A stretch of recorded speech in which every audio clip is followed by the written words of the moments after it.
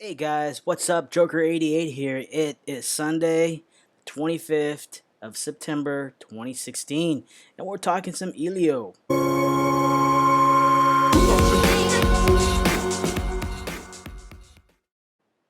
Alright guys, let's get to it, right? The first thing I want to talk about is our reservation count being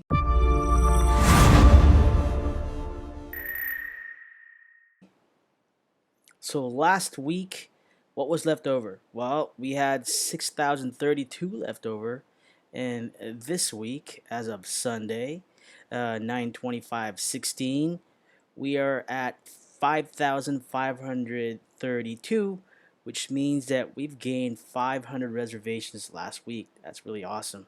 Cool. So here's what went on last week. So on Friday, they always release the Momentum blogs, of course, and they just talk about the countdown, right, to the reservation to make sure you get your all-in reservation in. So you guys can get the little bonus that you get. You guys also get the headphones and the cool stuff from MTX. And also there was an email that was sent out to the all-in people already with the $500 and $1,000 reservation holders. They gave us a link or an email that we could purchase one for a discount, and I think our price is going to be $59 if you want to get the headphones. So if you guys are dying for some headphones, or I mean, I have too many headphones lying around the house, so I don't really need any headphones. So, but hey, if you guys want that MTX headphone, go for it. And the next thing, the Elio preview tour, so rolling along. September 24th, they were in Flint, Michigan. So if you guys were there, for all you Michigan Elio fans, go ahead and send me some pics. You know, send it to Joker88 Elio Motors at gmail.com, and we'll give you guys a shout out on the next show. So that goes for anybody else that goes out to these Elio preview tour. If you do have some stories or some pictures to share, or even a video, please get a hold of me, and we'll get it up on our next show. Okay. So next thing that I wanted to share is this one. I got an email from, I don't know if you guys remember Start Engine Crowdfunding, where they started crowdfunding for Elio to buy the stocks. And I got this email right here. They kind of did it ominously, kind of like, when Apple gives you their some news coming, and we got this one for those of you that went ahead and invested in the company. We are not done yet with this vehicle just yet. 9/27. Mark your calendar, and that's it. That is it. So I'm kind of curious to see what goes on here. We'll see what this is all about. 9/27, and I will be definitely sharing this information with you at our next show. But if you can't wait till then, go ahead and just email me at Joker88 again, eliomotors at gmail.com. Alright, or you can message me here on our video. Another thing that came up, guys, is during the week we had this interview with Jeff Johnson on the Autoline After Hours show. So some of the things, and they extensively talked about this at ElioOwners.com. And again, if you haven't been a member and you're a big fan of Elio, you definitely have to be part of this forum, because this is where everybody can kind of just tell their stories or ask questions and all that stuff and find information about this vehicle. So here we go. So it was on September 16th. And we're going to give you guys a little bit of highlights on some of the things that Jeff Johnson talked about. Okay, so here it is. $300. Okay, so two questions. Why the architecture in terms of the two wheels in the front and the one in the back? Okay. And secondly, why the tandem seating? Okay, tandem seating. So the whole thing that Paul has is the aerodynamics wise. Paul Elio, who founded it, sorry. So, the whole thing is aerodynamics wise. So narrow the vehicle. Of course, that you're pushing less air through the whole event. So with that being said, that drove the tandem, front and rear, of course. And then the front-wheel drive aspect of it, we're using a lot of carryover components. We're designing front-wheel drive, basically. So we're using, components that are already out there, and it lends itself perfectly to front-wheel drive for us. With us, we're using carryover transmission, with the exception of we're tweaking some of the gearing so that we can get some of the higher mileage out of it for us. So it's a manual gearbox? It's a manual gearbox, exactly. So then we'll have an automatic manual transmission after that. So I don't know exactly when we're going to come in. It will be within the first year of production, but it has the solenoids that does the shifting for you. So somebody just puts it in? You'll just put it in drive like you do a normal car, and through the body control module, the engine control module, it'll sense what's going on with speeds and whatnot, and it'll do the shifting for you. Kind of like the original Smart 4.2, but hopefully better executed. Yes, a lot better Hopefully executed. a lot better. Yes. But now a three-wheeled vehicle probably has its own set of engineering challenges. What's the biggest challenge? Is it crash performance? Is it packaging? Is it NVH? What is it?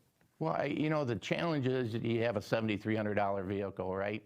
So we got to figure out how we design to keep that price low, and using off-the-shelf components and designing properly. We're using an analytical as much as we can. But the biggest thing for us is, lengthwise, we're a long car. We got a 110-inch wheelbase. And the problem is when you narrow it down. So when you go to put the HVAC unit in behind the instrument panel, when you got to condense everything into a smaller area, it's difficult to package. So the team's doing a great job, and when I say the team, it's a supply base and everybody on coming together, packaging it all in there so that we have an effective car. What's it made out of?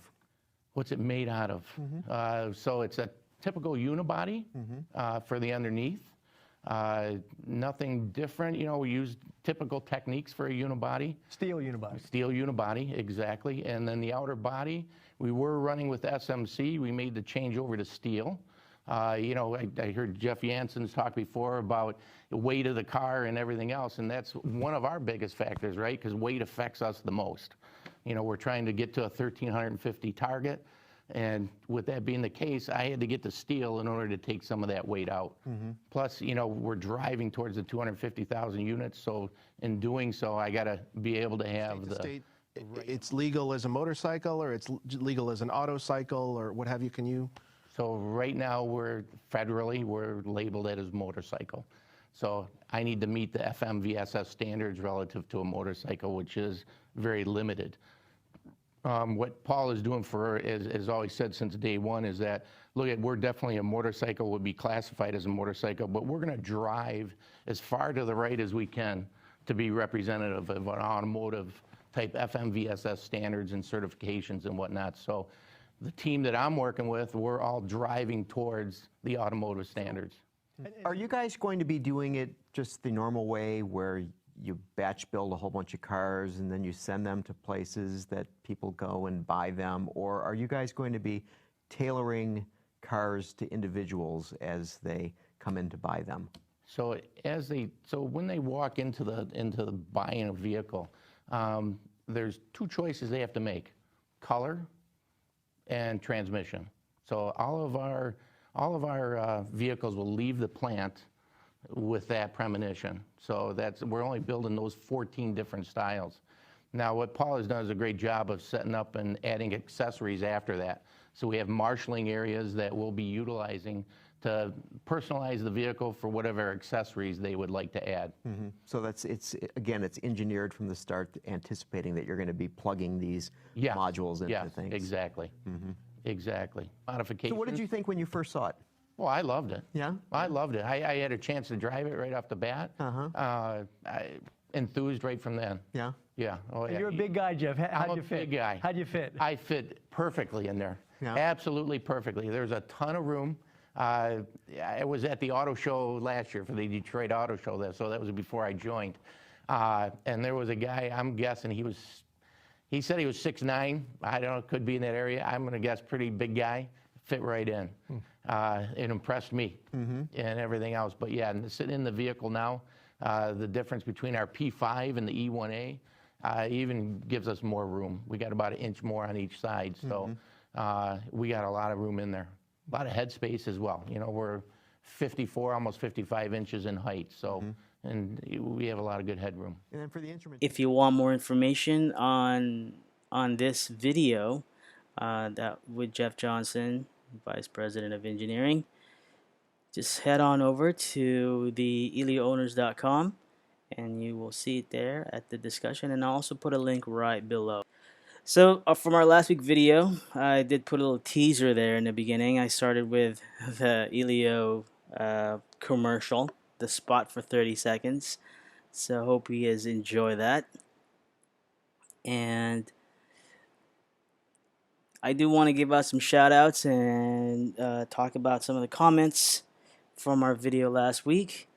Dave Kerr. Dave, he teaches defensive driving classes at a high school in Delaware, and I know he's doing his thing there, telling his students about Elio. Good job, Dave. Let's see, and hopefully I can make it all the way out to Delaware. Armach again. Thank you, buddy. And Boo Boo, I like your little avatar. Blue Pond says, Joe, I really want a 1/24th scale of model Elio. Well, I'm waiting for mine. That'll be awesome, right? And here's our good friend Ozzy again. That tells us that's never going to be made. Harp C8 says, wonderful job organizing loan facts. And he enjoys the videos. Paul's ideas and plans are what Americans need. Factories in America. Jobs for Americans. A vehicle to improve life for builders and owners in the United States. And I wish they procured a facility near me here in California. I know that there's a bunch of things popping up here in California. The old Fisker Karma, now called the Karma Company, they're actually building the cars here in Moreno Valley, which is like 45 minutes away from me. So, man, if I was that close to like the Elio factory, I'd definitely find a way to get a job there somewhere. Sue Song says some good info. However, it looks like the ATVM loans are to help existing companies expand, as it says in your video. Expansion capital, not working capital.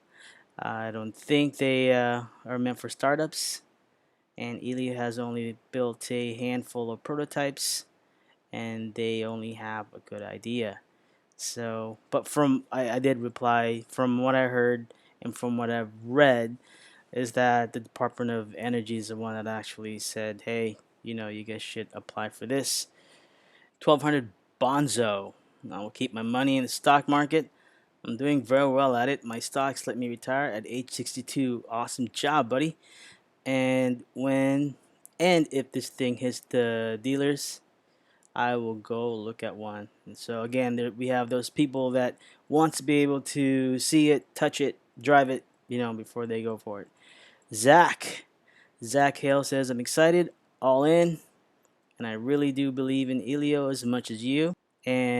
But can we talk about the recent update? The boldly stated on their side, only blank reservations left to lock the $7,300 base price. But then they're like, well, hitting the 65,000 reservations doesn't guarantee anything, and the ATVM loan program is a bit more complicated than that. So it struck me as a bit dishonest. Yeah, well, we just gonna have to kind of just cross our fingers and go with it, and hopefully hope for the best, and hopefully that things will work out well, and I do know that things are going to work well.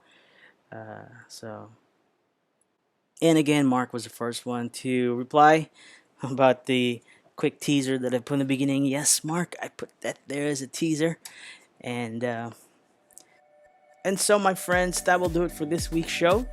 And please don't forget to like, share, and subscribe to our channel here. And again, I hope you guys have a great week, and I will talk to you guys next week. Stay cool, stay awesome, stay positive, guys. We can do this, all right? I will talk to you later. Joker88. See you next week. Bye.